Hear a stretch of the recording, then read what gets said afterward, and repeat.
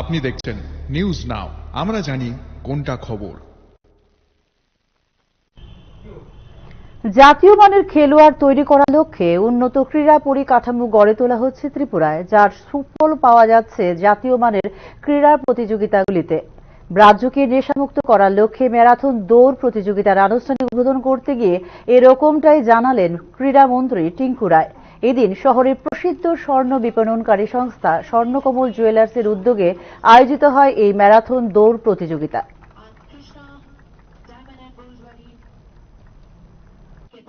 उनका स्वागत कर रहे हैं, आप फूलों के गुलदस्ते युवा में एक तोहफा उन्हें भेज करके।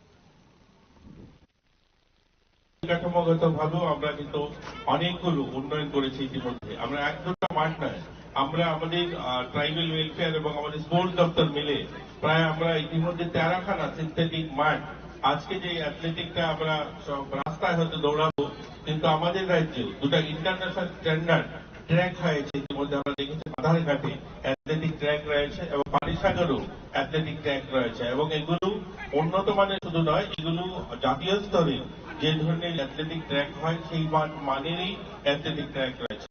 তো আমাদের রাজ্যে পরিকাঠামোগতভাবে আমরা পিছিয়ে নই। আজকের দিনে আমাদের পরিকাঠামো উন্নয়ন হয়েছে এবং আমরা আমাদের রাজ্যের ছেলেমেয়েরা ভালো করছে।